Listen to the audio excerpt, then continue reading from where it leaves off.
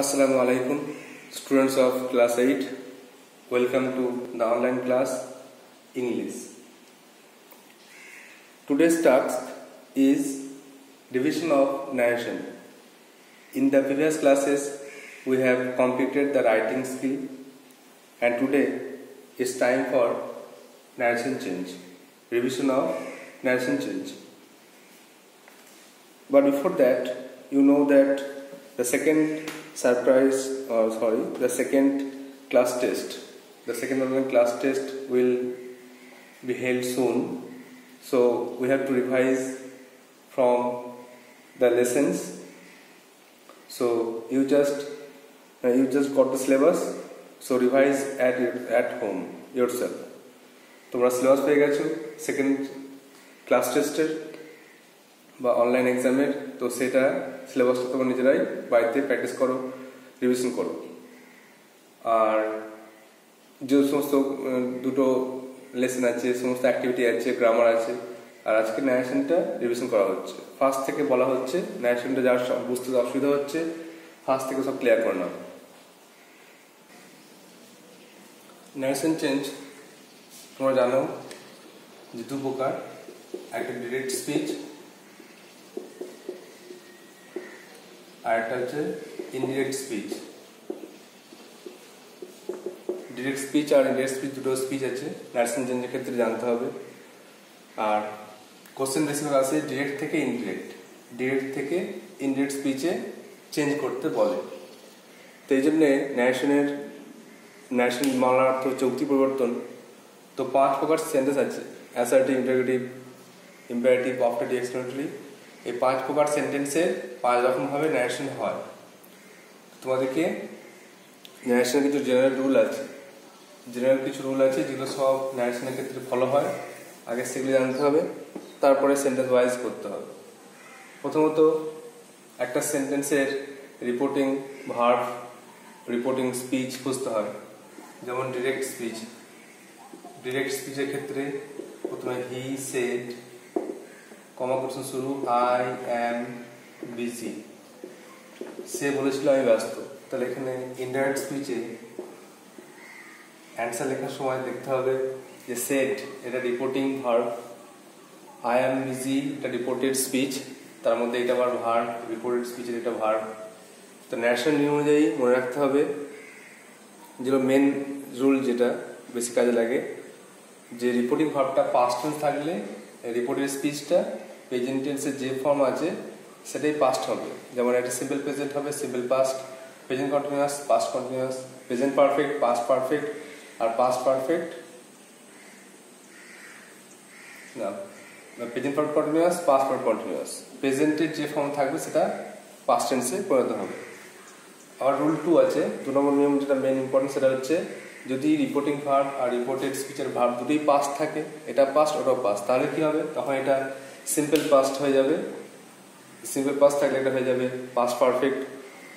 তারপরে past continuous থাকলে এটা হয়ে যাবে পাস্ট পারফেক্ট কন্টিনিউয়াস। আর পাস্ট পারফেক্ট থাকলে বা পাস্ট পারফেক্ট থাকবে। ফিউচার টেন্স থাকলে ওইটা হয়ে যাবে শ্যাল, উইল থাকলে এটা পাস্টে শুড, উড হয়ে যাবে। এটা টেন্সের ক্ষেত্রে নিয়ম। এছাড়া অনেক নিয়ম আছে যে রিপোর্টেড স্পিচ দ্বারা ইউনিভার্সাল ট্রুথ বোঝালে টেন্সে কোনো চেঞ্জ হবে না, সত্য কথা বোঝালে টেন্সে কোনো চেঞ্জ হবে না, উপসর্গগত কাজ বোঝালে টেন্সে কোনো চেঞ্জ হবে না। এই সমস্ত নিয়মগুলো আছে। কমা কোশ্চেন গিয়ে দ্যাট বসে, এরকম কিছু নিয়ম আছে। প্রোনাউনগুলো পাল্টে যায়। প্রোনাউনগুলো যেমন এখানে হি সেড আই, সে বলছে আমি ব্যস্ত, তাহলে এখানে কে ব্যস্ত? সে ব্যস্ত, তাহলে এই জন্য আইটা পাল্টে হি হয়ে যাবে। এগুলোকে চেঞ্জ হয়। আবার today, that day, yesterday, previous day, tomorrow, the next day, এই সমস্ত রুলগুলো হয় যেগুলো আগে আলোচনা করা হয়েছে। আজকে শুধু সেন্টেন্স ওয়াইজ 5 প্রকার ন্যারেশন চেঞ্জ আলোচনা করা হচ্ছে। ভালো করে নোট করো, ভালো করে রিভিশন করে নাও। কোথাও বুঝতে না পারলে আবার জিজ্ঞাসা করবে হোয়াটসঅ্যাপে। প্রথমে ন্যারেশনের যে সেন্টেন্সটা 1 নম্বরে আছে অ্যাসার্টিভ সেন্টেন্স। অ্যাসার্টিভ সেন্টেন্সের কিছু এক্সাম্পল করানো হচ্ছে, 3টে করে এক্সাম্পল করানো হচ্ছে, দেখবে বুঝতে পারছো কিনা। অ্যাসার্টিভ সেন্টেন্স থেকে 3টে এক্সাম্পল করানো হচ্ছে। আগে বললাম যে সেন্টেন্সে কিছু ন্যারেশনের রুল আছে যেগুলো বললাম, কমা কোড শুরু থেকে দ্যাট বসে, অ্যাসার্ভের ক্ষেত্রে কমা কোড শুরু থেকে দ্যাট বসে, সেট টু থাকলে টোল্ড বসে, প্রোনাউনটা পাল্টে যায়, টুডে, দ্যাট ডে, ইয়েস্টারডে এগুলো সব চেঞ্জ হয়, এই সমস্ত কিছু চেঞ্জ হয়। এবার কিছু এক্সাম্পল করা হচ্ছে, দেখো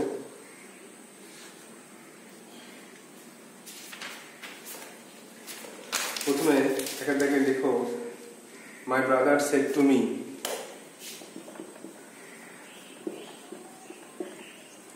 my brother said to me, কমা প্রশ্ন শুরু, I know this story.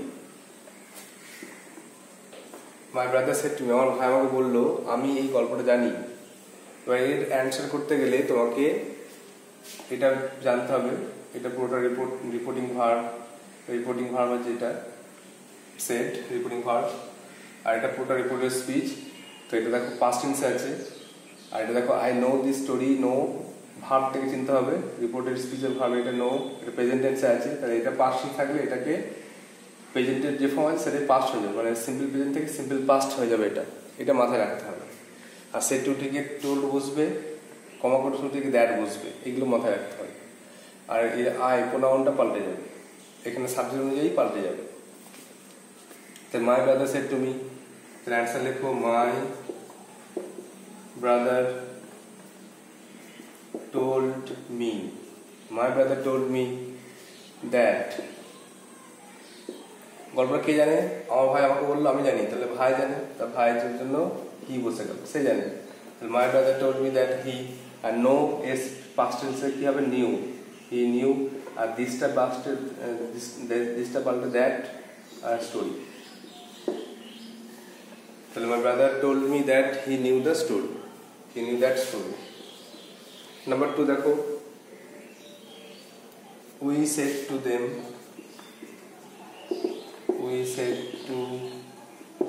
কমা প্রশ্ন শুরু, we can play cricket, we can play cricket. আমরা তাদেরকে বললাম যে আমরা ক্রিকেট খেলতে পারি। তাহলে এখানেও একই রকম করে অ্যান্সার লিখতে হবে, সেট টু, সেট থেকে বুঝতে হবে, এখানে ক্যান থেকে বুঝতে হবে, প্রেজেন্ট টেন্সে আছে। তাহলে এখানে উই টোল্ড দেম দ্যাট, আমরা তাদেরকে বললাম যে আমরা ক্রিকেট খেলবো। তাহলে আমরা বললাম যে আমরা খেলবো, তাহলে আমরাই খেলবো। তাহলে we told them that we, এটা পাল্টাচ্ছে না কারণ আমরাই বলছি বলে। We told them that we, আর ক্যান এর পাস্ট কুড, এটা পাস্ট হয়ে যাচ্ছে, ক্যান এর পাস্ট কুড। একটা অক্সিলারি ভার্ব থাকলে আর মেন ভার্ব থাকলে আমরা সবসময় অক্সিলারি ভার্বকে চেঞ্জ করবো, অক্সিলারি ভার্বের পাস্ট টেন্স করবো, মেন ভার্বকে একই রকম রাখবো, দুটো ভার্ব একসঙ্গে পাস করবো না।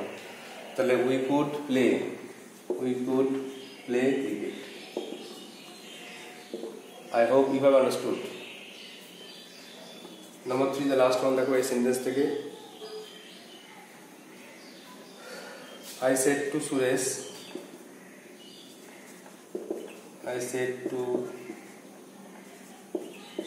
কমা প্রশ্ন শুরু, I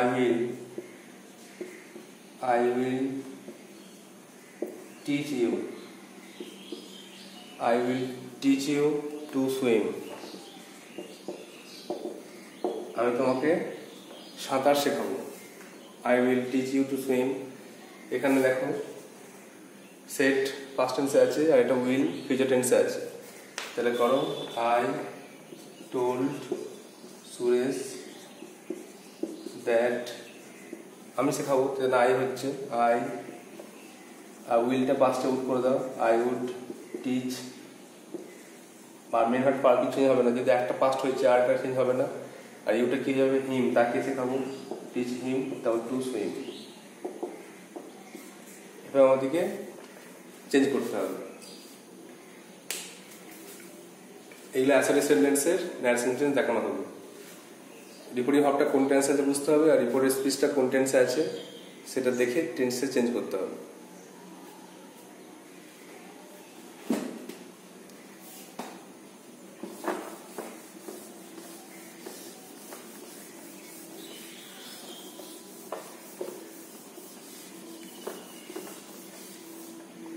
দু নম্বরে সেন্টেন্স হচ্ছে ইন্টারোগেটিভ। ইন্টারোগেটিভ সেন্টেন্সে নার্সিং করতে গেলে নিশ্চয় জানো যে রিপিটিং অর্ডার উঠে গিয়ে সেট উঠে গিয়ে আক্স বসে, সেট উঠে গিয়ে আক্স বসে, লিঙ্কার হিসেবে ডাব্লিউএইচ ওয়ার্ড যদি থাকে সেটা বসবে, নাহলে ই বসবে, আর তারপরে সাবজেক্ট ভার্ব অবজেক্ট এভাবে বসবে। আগে আক্সড, সেট উঠে গিয়ে আক্সড বা সেট উঠে গিয়ে আক্সড, তো ডাব্লিউএইচ ওয়ার্ড নাহলে ইফ, তারপর সাবজেক্ট ভার্ব যেটা আসবে লাস্টে কিন্তু ফুল স্টপ। লাস্টে ফুল স্টপ বলতে মাথায় রাখতে হবে, কারণ ইন্টারভিউ সেন্টেন্স মানে প্রশ্নবোধক বাক্য, প্রশ্নসূচক বাক্য, কিন্তু নার্সিংয়ে যে অ্যান্সার লেখার সময় এটা কিন্তু আমাদের একটা স্টেটমেন্ট হয়ে যাবে বা অ্যাসার্টিভ সেন্টেন্স হয়ে যাবে। কিছু এক্সাম্পল করলে বুঝতে পারবে, যেমন একটা এক্সাম্পল করাচ্ছি।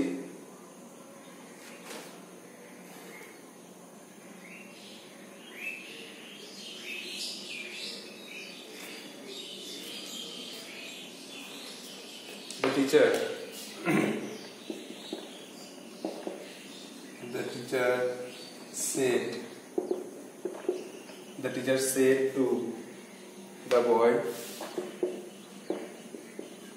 question shuru, why have you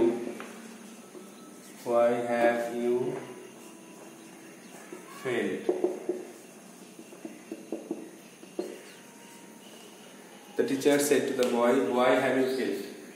শিক্ষক ছেলেকে জিজ্ঞাসা করলো, তুমি কেন পরীক্ষায় ফেল করেছো, তুমি কেন পরীক্ষায় ব্যর্থ হয়েছো। তাহলে এখানে এই সেট টু উঠে গিয়ে আক্স বসবে, কমা কোটেশন উঠে গিয়ে এখানে লিঙ্কার হিসেবে ডাব্লিউ জোড়া আছে, তাই ডাব্লিউ জোড়াটাই বসবে, তার সাবজেক্ট আগে আসবে। সাবজেক্ট কোনটা? Why have you failed, into subject into আগে আসবে, তার ভার্বটা হ্যাভটা পড়ে যাবে। এভাবে বুঝতে হবে। প্রথমে দ্য টিচার, অ্যান্সার লেখো, the teacher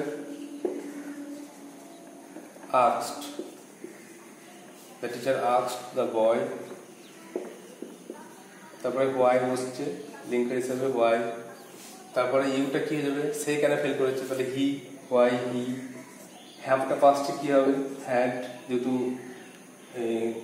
why had you failed মানে ইউ হ্যাভ ফেল্ড মানে প্রেজেন্ট পারফেক্ট, এটা হয়ে যাবে পাস্ট পারফেক্ট, তাহলে হোয়াই হি হ্যাড ফেল্ড, আর লাস্টটা অবশ্যই ফুল স্টপ। আগে হোয়াই পরে ডাব্লিউএইচ ওয়ার্ডের পরে আগে সাবজেক্ট, তার ভার্ব বসছে। এভাবে তোমাদেরকে বুঝতে হবে।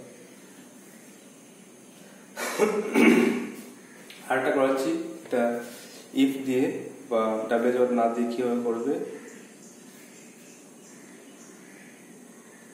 The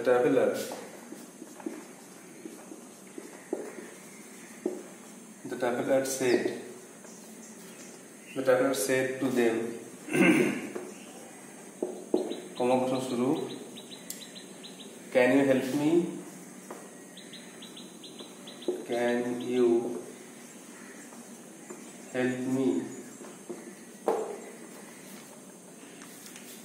কোশ্চেনটা কি? The traveler said to them, পথিক তাদেরকে বলল যে can you help me, তোমরা কি আমাকে সাহায্য করতে পারবে। এখানে সেট টু গিয়ে দেখো, the traveler asked বসছে, asked তাদেরকে them, the traveler asked them, এখানে ডাব্লিউ ওয়ার্ড নেই, অক্সিলারি ভার্ব আছে, তাই জন্য ইফ বসছে, ইফ বসে বা ওয়েদার বসে ইফ। আচ্ছা, এবার সাবজেক্ট আসবে ইউ, ইউটা কি হি হবে না তাহারা, অনেকজন আছে তাহারা হবে, তো traveller asks them if they, অনেকজন আছে বলে সাবজেক্টটা দে হয়ে যাচ্ছে, তাহারা, ইফ দে, ক্যানের পাস্ট, দুটো ভাব আছে ক্যান আর হেল্প। সবসময় আমরা দুটো ভাব থাকলে সবসময় অক্সিলারি ভার্বকে পাস্ট টেন্স করবো, মেন ভাবকে রেখে দেবো। তাহলে ইফ দে কুড, ক্যানের পাস্ট কুড হেল্প, আর মিটা হয়ে গেল him, if they could help him. দেখো লাস্ট আসছে full stop. The traveler asked them if they could help him. আজকে বুঝতে পারছো, তোমরা ন্যাশনাল রুলগুলো আগে ফলো করলে বা রুলগুলো মুখস্থ রাখলে অবশ্যই সহজেই বুঝতে পারবে।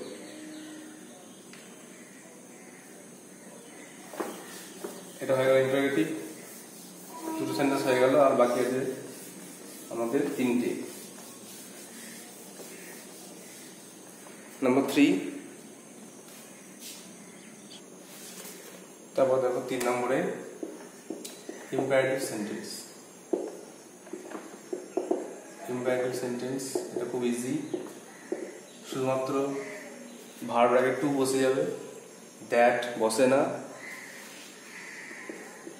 টেন্সের কোনো রুল এখানে ফলো করবে না। যেমন এক্সাম্পল হচ্ছে he said to me, he said to me কমাক্ষর শুরু, please help me, please help me, সে আমাকে বললো দয়া করে আমাকে সাহায্য করুন।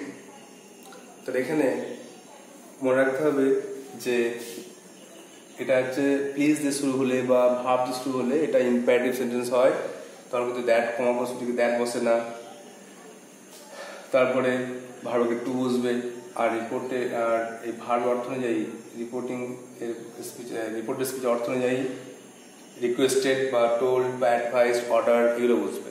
এই ভাবটা রিপোর্টিং ভাবটা উঠে গিয়ে অর্ডার, অ্যাডভাইস, রিকোয়েস্টেড এগুলো বুঝবে।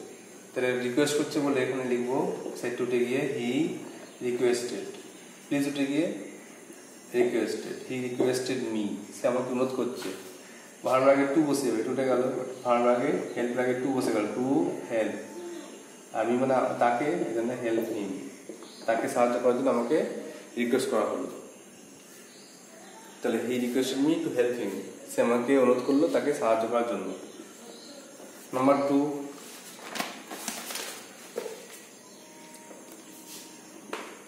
Mother said to her son, মা তার ছেলেকে বললো যে do not run in the sun, রোদ্রে দৌড়াও না। মা তার ছেলেকে বললো যে রোদ্রে দৌড়াও না, এটা দুভাবে করা যায়, আমরা দুভাবে অ্যান্সার লিখবো, এটা দুটো অ্যান্সার লিখবো। একটা হচ্ছে নিষেধ করছে বলে আমরা লিখবো ফরওয়ার্ড দিয়ে, লিখবো ফরওয়ার্ড দিয়ে, তো সেটুকু গিয়ে লিখবো ফরওয়ার্ড, মা নিষেধ করছে, মাদার ফরওয়ার্ড, ওয়ার্ড হচ্ছে FOR দিয়ে দিই, এটা পাস্ট টেন্সে কিন্তু ফরওয়ার্ডের পাস্ট ফরওয়ার্ড, মাদার ফরওয়ার্ড হার সান, তারপরে কিন্তু হবে ভার্ব হচ্ছে রান, যেমন ভার্ব আগে টু বসে যাবে, টু রান ইন দ্য সান, মা তার ছেলেকে রোদে দৌড়াতে মানা করছে। আর যদি ফরওয়ার্ড নিষেধ করা, এই জন্য নটটা বসছে না, আর নাবাচক শব্দে নাবাচক বাক্যে আর নট টু লিখতে পারি, ভার্ব আগে টু হয় আর নাবাচকে নট টু কেমন হবে দেখো, এখানে লিখবো ফরওয়ার্ড না দিয়ে, ফরওয়ার্ড নিষেধ করা, নেগেটিভ ওয়ার্ড, ফরওয়ার্ড নেগেটিভ নিষেধ করা, তাই জন্য নটটা বসলো না, এখানে লিখবো মাদার অ্যাডভাইস, যদি লিখি তাহলে নট লিখতে হবে, মাদার অ্যাডভাইসড হার সন, মা তার বাচ্চাকে উপদেশ দিল not to run in the সান, রোদে না দৌড়াতে। দুটো মানে ভালো বুঝতে হবে, মা তার ছেলেকে নিষেধ করলো রোদে দৌড়াতে, আর মা ছেলেকে উপদেশ দিল যে রোদে না দৌড়াতে, এটা নিষেধ করলো দৌড়াতে, আর উপদেশ দিল রোদে না দৌড়াতে, মিনিংটা কিন্তু একই, নেগেটিভ ওয়ার্ড বলে এখানে নট হয়নি, আর অ্যাডভাইস নেগেটিভ ওয়ার্ড নয় বলে এখানে নট লিখতে হয়েছে। এটা খুব ইজি, কারণ টেন্সের কোনো রুল ফলো করে না, শুধু ভার্ব আগে টু বসে যাবে আর নেগেটিভ ওয়ার্ড নট টু বসে যাবে। The teacher said to Johnny, comma question শুরু, leave a space in your copy, তোমার খাতা একটু ফাঁকা রাখো। তাহলে এখানে কি হবে, অ্যান্সার লিখবো দ্য টিচার, এখানে সেটু জায়গায় কি হবে, টোল্ড, যদি বলছেন ওকে কোনো কথা বলছেন বলে টোল্ড লিখবো, সেটু লিখে টোল্ড বসছে, ভার্ব হচ্ছে লিভ, তার আগে ভার্ব কি বসে যাবে to, the teacher told Johnny to verb আগে লিভ হচ্ছে, টু লিভ কি রাখবে একটা space, to leave a space কোথায় না ইন, ইয়োরটা হয়ে যাবে পাল্টে হিজ, ইন হিজ কপি, তার কপিতে একটা ফাঁক রাখার জন্য বলা হয়েছে। এভাবে ইমপ্যাক্ট সেন্টেন্স সলভ হবে। আশা করি বুঝতে পারছো। রুলগুলো ফলো করলেই সব বুঝতে পারবে।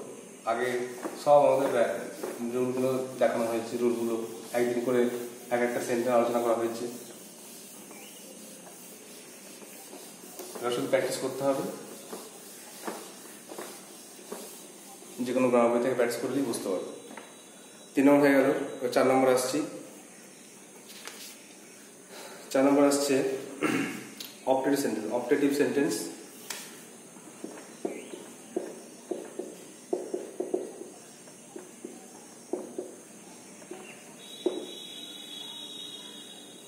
অপটেটিভ সেন্টেন্সে মাথায় রাখতে হবে যে ইচ্ছা প্রার্থনা বোঝায়।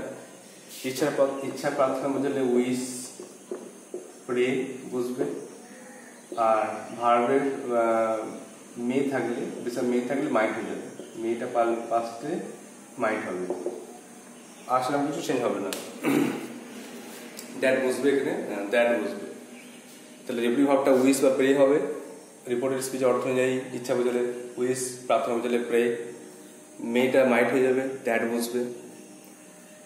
এক্সাম্পল করলে বুঝতে পারবে। দেখো একের দাগে example,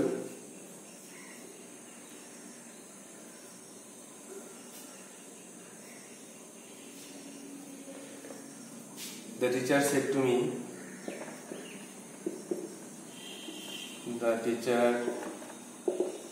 said to me, comma question শুরু,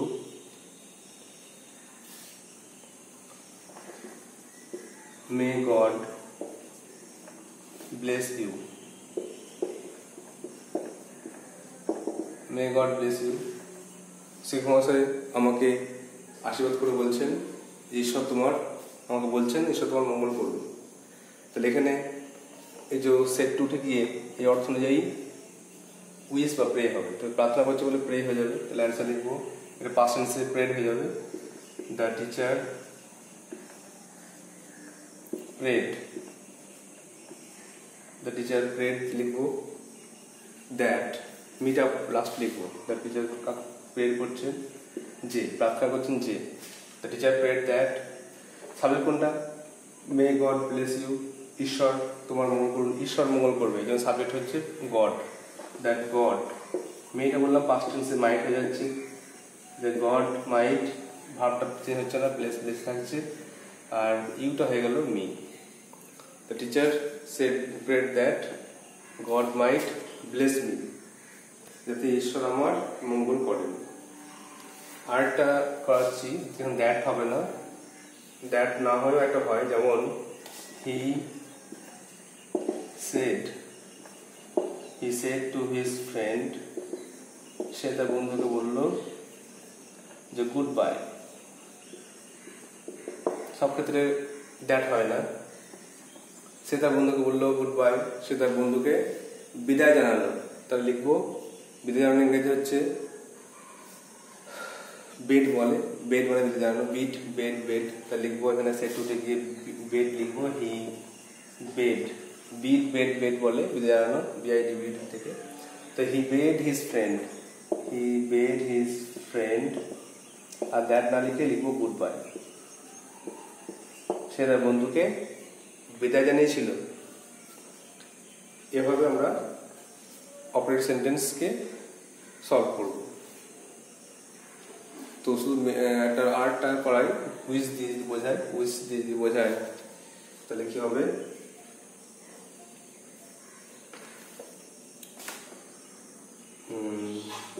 সি সেড, সে বলল, may you shine in life, তুই জীবনে উজ্জ্বল হও, সফল হও। তাহলে এটা উইশ করতে পারি অ্যান্সারে, সি উইশড দ্যাট, সে উইশ করেছিল যে, আমাকে বলছে বলে আই মাইট, এটা আই হয়ে যাচ্ছে, আই মাইট, মেয়েটা মাইট হয়ে গেল, তো যাতে তাই সাইন ইন লাইফ। তাহলে এখানে উইশ দিয়ে হলো, প্রে দিয়ে হলো, আবার বেড দিয়ে হলো।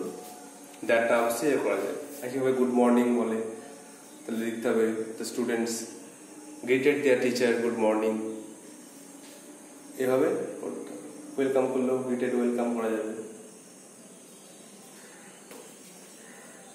3 নম্বর সেন্টেন্স হয়ে গেলো, 4 নম্বর হয়ে গেলো। এবার 5 নম্বর আছে, লাস্ট ওয়ান।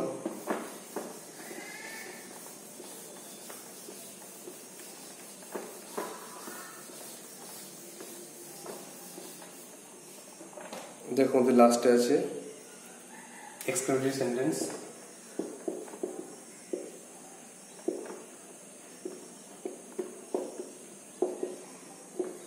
এখানে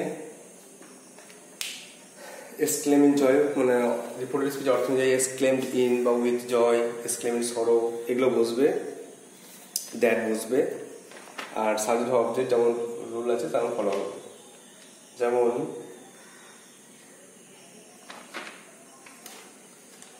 কিছু কমন কোশ্চেন আছে, যেমন the boy shed,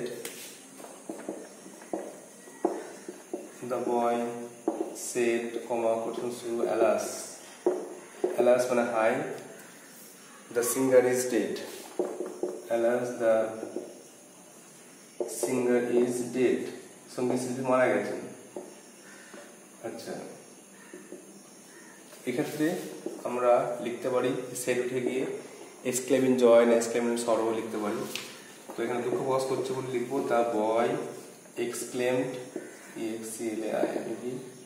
exclaim in বা উইথ, উইথ সরো বা grief. The boy exclaim with sorrow that, that কি হয়েছে না the singer, that the singer is ডেটের বদলে was dead, the singer was dead, যে সঙ্গীত মারা গেছে। এভাবে লিখতে হবে। রিপোর্টিং ভাবটা অনেক কথা হতে পারে, সারপ্রাইজড, ওয়ান্ডার্ড বা রিগ্রেটেড, দুঃখ প্রকাশ করা, অনেক রকম ভাব হয়, অর্থ অনুযায়ী অনেক রকম ভাব হয়। আর একটা এক্সাম্পল আছে, দেখো তারা বুঝতে পারবে।